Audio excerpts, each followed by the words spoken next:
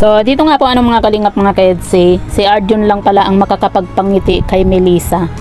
Isa sa tatlong magkakapatid na dalaga. So yan po yung ating pag-uusapan po mamaya mga kalingap. Pero bago po natin ipagpatuloy ang video ito sa mga bago pa lang po sa ating munting channel, huwag po natin kalimutang suportahan ng ama ng kalingap, Kuya Val Santos Matubang at Kalingap Rob. At paunawa panoorin po muna ang full video bago mag-comment para malaman ang nilalaman nito.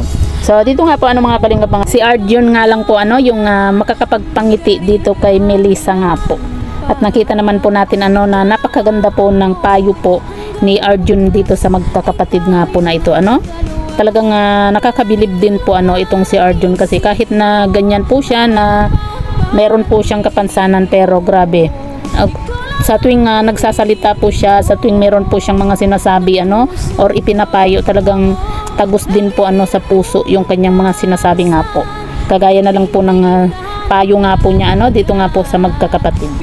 At ayan nga po mga kalingap, nakakatuwa lang po dahil sa wakas napangiti rin ni Arjun nga po itong si Melissa. Kaya malaking tulong din po talaga yung ginawa po ni Kalingap Rob na inilabas po niya yung tatlong magkakapatid, para kahit papano para ma-expose din po sila sa ibang tao nga po, dahil lagi lang po sila sa bundok nga po, di ba? Kaya maganda po yung ginawa po ni Kalingap Rob na iparanas din po na pumunta sila ng SM nga po, at binilhan nga din po ni Kalingap Rob nga po ng mga pangunahing pangangailangan ng mga magkakapatid na dalaga.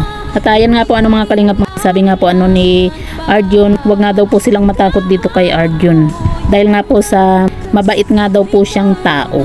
At yun naman po yung nakikita natin dito kay Arjun nga po, kahit na minsan pilyo, pero mabait naman po talaga itong si Arjun nga po. At napakagaling din po niyang magpasaya ng tao. Kagaya na lang po niyan, di ba? Napasaya po niya itong si Melissa. Kaya nakita po natin na napangiti din po itong si Melissa nga po habang kinakausap po ni Arjun. At napakaganda po ng sinabi po ni Arjun dito nga po sa tatlong magkakapatid na dalaga nga po kasi yung sabi nga po ni Arjun na hindi naman lahat ng tao ayaw sa kanila, diba? At tama naman po yun. Kumbaga merong mga tao na ayaw sa kanila, pero may mga tao din na nakakakaintindi po sa kanila. Gaya nga po ng sinabi po ni Arjun na katulad nga po niya, 'di ba, dati nung bago-bago pa lang po siya na isinasama po ni Kalingap Rob sa vlog po niya, 'di ba? Kita naman po natin na napakalaki po ng ipinagbago po ng buhay din po ni Arjun.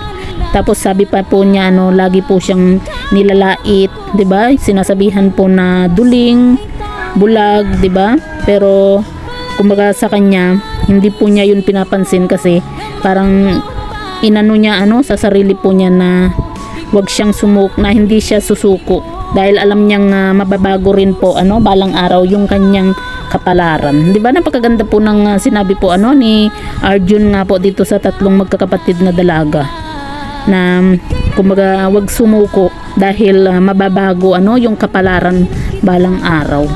At yan po yung mangyayari po dito sa tatlong magkakapatid na dalaga, lalo na po at natulungan na po sila ni Kalingap Rob. Sabi pa nga po ni Arjun na lahat ng ayaw sa inyo at sinasabihan kayong zombie, hayaan nyo lang, at least kayo ginagawa nyo ang best nyo para maging mabait. O, di ba? Grabe yung yung payo po ni Arjun, kahit na ganyan po siya na pilyo, yung mapagbiro, pero may mga laman po yung kanyang mga sinasabi kaya nakakabilib din po itong si Arjun, kahit na may kapansanan po siya, pero grabe kung yung sabi nga po niya na hindi siya sumuko. At kita nyo naman po, di ba? Sikat na po itong si Arjun at nabago rin po yung kanyang buhay. At yan po yung mangyayari po dito sa tatlong magkakapatid na dalaga. At yan nga po mga kalingap, nakakatuwa dahil nga po sa napatawa din po ni Arjun nga po itong si Melissa. At alam natin na simula pa lang po ito ng pagbabago po ng buhay po ng magkakapatid. Lalo na at nandyan na po si Kalingap Rob na tumutulong po sa kanila, 'di ba?